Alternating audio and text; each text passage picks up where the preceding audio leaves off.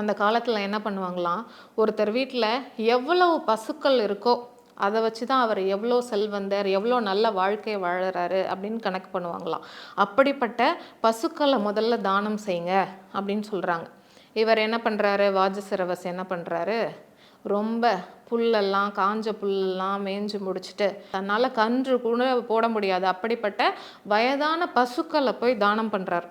இதையெல்லாம் யார் பார்க்குறாருன்னா, இந்த வாஜசிரவஸோட பையன் நசிகேதன் அப்படிங்கிற சிறுவன் பார்க்குறாரு.